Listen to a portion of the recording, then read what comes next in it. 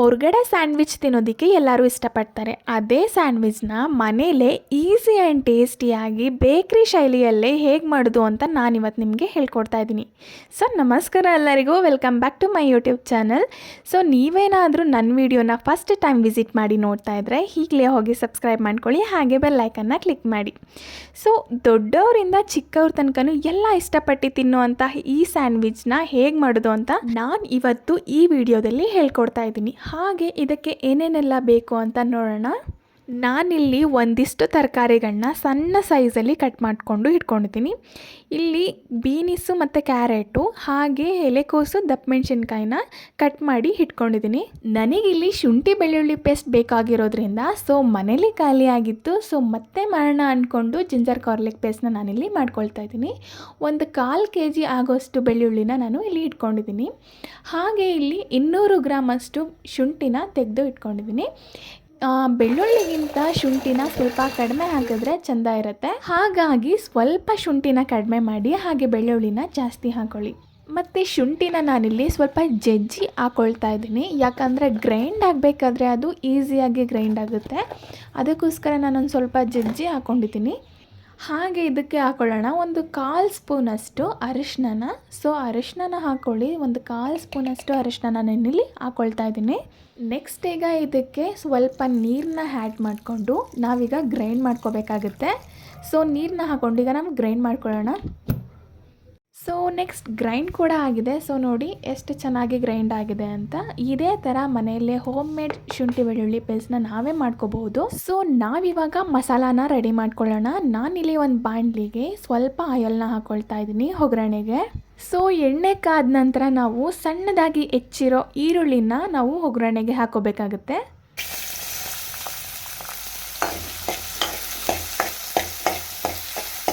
ಹಾಗೆ ನಾನಿಲ್ಲಿ ಒಂದು 1/4 ಸ್ಪೂನಷ್ಟು ಶುಂಠಿ ಬೆಳ್ಳುಳ್ಳಿ ಅಂದರೆ ಜಿಂಜರ್ ಗಾರ್ಲಿಕ್ ಪೇಸ್ಟ್ನ ನಾನಿಲ್ಲಿ ಹಾಕೊಳ್ತಾ ಇದ್ದೀನಿ. ಸೊ ಇದು ಹಾಕ್ಕೊಂಡು ಈರುಳ್ಳಿ ಚೆನ್ನಾಗಿ ರೋಸ್ಟ್ ಆಗಬೇಕು. ಶುಂಠಿ ಮತ್ತು ಬೆಳ್ಳುಳ್ಳಿದು ಸ್ಮೆಲ್ಲೆಲ್ಲ ಕಂಪ್ಲೀಟಾಗಿ ಹೋಗಿ ಚೆನ್ನಾಗಿ ರೋಸ್ಟ್ ಆಗಿರಬೇಕು.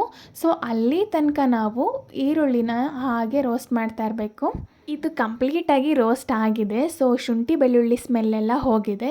ಈಗ ನಾವು ಆಗಲೇ ಕಟ್ ಮಾಡಿರೋವಂತಹ ತರಕಾರಿಗಳನ್ನ ನಾವು ಹಾಕ್ಕೊಳ್ಳೋಣ. ಸೊ ಹಾಕ್ಕೊಂಡು ಇದು ತರಕಾರಿ ಕೂಡ ಅಷ್ಟೇ ಚೆನ್ನಾಗಿ ಬೇಯಿಸಬೇಕು. ನಾವು ಎಷ್ಟು ತರಕಾರಿನ ಬೇಯಿಸ್ತೀವೋ ಅಷ್ಟೇ ಹೆಲ್ದಿಯಾಗಿ ಇರ್ತೀವಿ ಅಂತಲೂ ಕೂಡ ಹೇಳ್ಬೋದು. ಈ ಸ್ಯಾಂಡ್ವಿಚ್ ಕೂಡ ಮಕ್ಕಳು ದೊಡ್ಡವರು ಎಲ್ಲರೂ ಕೂಡ ಇಷ್ಟಪಟ್ಟು ತಿನ್ನೋವಂತಹ ಸ್ಯಾಂಡ್ವಿಚ್ ಆಗಿರ್ತಾರೆ. ಸೊ ಮಕ್ಕಳು ಸ್ಕೂಲಿಂದ ಬಂದಾಗ ಏನಾದರೂ ತಿನ್ನೋಕ್ಕೆ ಹೇಳ್ತಾರೆ, ಆವಾಗ ಈ ಥರ ಒಂದು ಸ್ನ್ಯಾಕ್ಸ್ ಸ್ಯಾಂಡ್ವಿಚ್ ಈ ಥರ ಎಲ್ಲ ಮಾಡಿಕೊಟ್ರೆ ತುಂಬಾ ಇಷ್ಟಪಟ್ಟು ತಿಂತಾರೆ ಅಂತಲೇ ಹೇಳ್ಬೋದು.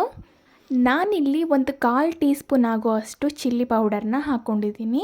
ಸೊ ನೀವೇನಾದರೂ ಖಾರ ಜಾಸ್ತಿ ತಿಂತೀನಿ ಅಂದರೆ ಹೆಚ್ಚಾಗಿ ಹಾಕೋಬೋದು, ಇಲ್ಲ ಮಕ್ಕಳಿಗೆಲ್ಲ ಖಾರ ಇಷ್ಟ ಆಗಲ್ಲ ಅಂದರೆ ಕಡಿಮೆ ಪ್ರಮಾಣದಲ್ಲೂ ಹಾಕೋಬೋದು. ನಾನಿಲ್ಲಿ 1.5 ಸ್ಪೂನ್ ಆಗುವಷ್ಟು ಗರಂ ಮಸಾಲಾನ ಹಾಕ್ಕೊಳ್ತಾ ಇದ್ದೀನಿ. ಸೊ ನೀವೇನಾದರೂ ಸ್ವಲ್ಪ ಮಸಾಲೆ ಮಾಡ್ತೀನಿ ಅಂದರೆ 1 ಸ್ಪೂನ್ ಹಾಕ್ಕೊಳ್ಳಿ ಸಾಕು. ಹಾಗೆ ನಾನಿಲ್ಲಿ ಸೋಯಾ ಸಾಸ್ನ ನಾನು ಬಳಸ್ತಾ ಇದ್ದೀನಿ. ಇದು ಅಷ್ಟೇ ಸ್ವಲ್ಪನೇ ಹಾಕ್ಕೊಳ್ತಾ ಇದ್ದೀನಿ, ಜಾಸ್ತಿ ಏನೂ ಹಾಕ್ಕೊಳ್ತಿಲ್ಲ. ಇದನ್ನು ಹಾಕ್ಕೊಂಡು ಎಲ್ಲ ಚೆನ್ನಾಗಿ ಮಿಕ್ಸ್ ಮಾಡಬೇಕಾಗುತ್ತೆ. ನಾವು ತರಕಾರಿ ಬೆಂದಿಲ್ಲ ಅಂದರೆ ಇನ್ನೂ ಚೆನ್ನಾಗಿ ಬೇಯಿಸ್ಕೋಬೇಕಾಗುತ್ತೆ. ಹಾಗೆ ಇದಕ್ಕೆ ರುಚಿಗೆ ತಕ್ಕಷ್ಟು ಉಪ್ಪು ಎಷ್ಟು ಬೇಕೋ ಅಷ್ಟು ಹಾಕ್ಕೊಂಡು ಕ್ಲೀನಾಗಿ ಎಲ್ಲ ಕಡೆ ಮಿಕ್ಸ್ ಮಾಡ್ಕೋಬೇಕಾಗುತ್ತೆ. ಸೊ ತರಕಾರಿ ಕೂಡ ಎಲ್ಲ ಬೆಂದು ಮಸಾಲ ಎಲ್ಲ ನೀಟಾಗಿ ಅಂಟಿದೆ ನೋಡಿ. ಸೊ ಸ್ಯಾಂಡ್ವಿಚ್ಗೆ ಮಸಾಲ ಕೂಡ ರೆಡಿಯಾಗಿದೆ. ನಾವಿವಾಗ ಬ್ರೆಡ್ ಕೂಡ ಸ್ವಲ್ಪ ರೋಸ್ಟ್ ಮಾಡ್ಕೊಳ್ಳೋಣ. ಬ್ರೆಡ್ನ ರೋಸ್ಟ್ ಮಾಡೋದಕ್ಕಿಂತ ಮುಂಚೆ ಬ್ರೆಡ್ಡಿಗೆ ಸ್ವಲ್ಪ ತುಪ್ಪನ ಹಾಕಬೇಕಾಗತ್ತೆ. ಸೊ ಬೆಣ್ಣೆ ಕಾಯಿಸಿದ ತುಪ್ಪ ಏನಾದರೂ ಮನೇಲಿ ಇದ್ದರೆ ಹಾಕ್ಕೊಳ್ಳಿ, ಇಲ್ಲ ಅಂದರೆ ಪರವಾಗಿಲ್ಲ, ಅಂಗಡಿ ತುಪ್ಪನೇ ಹಾಕೋಬೋದು. ಸೊ ಬ್ರೆಡ್ ಇಷ್ಟು ರೋಸ್ಟ್ ಆಗಿದರೆ ಸಾಕು, ತೆಗೆದುಬಿಡಿ. ಜಾಸ್ತಿ ರೋಸ್ಟ್ ಮಾಡೋದಕ್ಕೆ ಏನೂ ಹೋಗಬೇಡಿ.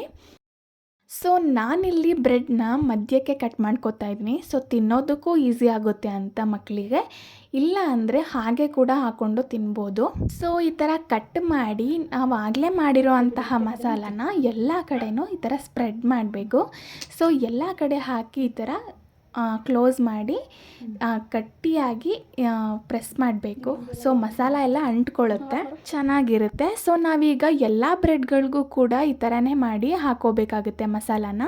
ಸೊ ಈ ಸ್ಯಾಂಡ್ವಿಚ್ನ ಹೊರಗಡೆ ತಿನ್ನೋದಕ್ಕಿಂತ ಮನೇಲಿ ಈ ಥರ ಈಸಿ ಆ್ಯಂಡ್ ಟೇಸ್ಟಿಯಾಗಿ ಕೂಡ ನಾವು ಮಾಡಿಕೊಂಡು ತಿನ್ಬೋದು. ಸೊ ಸೇಮ್ ಟು ಬೇಕ್ರಿಯಲ್ಲಿ ಯಾವ ಥರ ಸ್ಯಾಂಡ್ವಿಚ್ನ ಮಾಡಿ ಇಟ್ಟಿರ್ತಾರೆ ಅದೇ ರೀತಿ ಮನೆಯಲ್ಲಿ ಮಾಡಿಕೊಂಡು ತಿನ್ಬೋದು ನಾವು. ಸೊ ಫೈನಲಿ ರೆಡಿಯಾಗಿದೆ ಈ ಸ್ಯಾಂಡ್ವಿಚ್. ಇದಂತೂ ಹೊರಗಡೆ ಸಿಗೋವಂಥ ಟೇಸ್ಟ್ಗಿಂತ ಮನೇಲೇ ಮಾಡ್ಕೊಂಡು ತಿನ್ನೋವಂಥ ಟೇಸ್ಟ್ ಇನ್ನೂ ತುಂಬಾ ಚೆನ್ನಾಗಿರುತ್ತೆ ಅಂತಲೇ ಹೇಳ್ಬೋದು. ಸಂಜೆ ಆದರೆ ಟೀ ಕಾಫಿ ಜೊತೆಗೆ ಒಳ್ಳೆ ಕಾಂಬಿನೇಷನ್ ಅಂತಲೇ ಹೇಳ್ಬೋದು. ಹಾಗೆ ಇದು ದೊಡ್ಡವರಿಂದ ಚಿಕ್ಕವ್ರ ತನಕ ತುಂಬಾ ಇಷ್ಟಪಟ್ಟು ತಿನ್ಬೋದಂತಹ ಸ್ಯಾಂಡ್ವಿಚ್. ಸೊ ನಿಮಗೇನಾದರೂ ಈ ವಿಡಿಯೋ ಇಷ್ಟ ಆದರೆ ಒಂದು ಲೈಕ್ ಮಾಡಿ, ಕಮೆಂಟ್ ಮಾಡಿ, ಶೇರ್ ಮಾಡಿ, ಹಾಗೆ ಸಬ್ಸ್ಕ್ರೈಬ್ ಮಾಡ್ಕೊಳ್ಳಿ. And thanks for watching.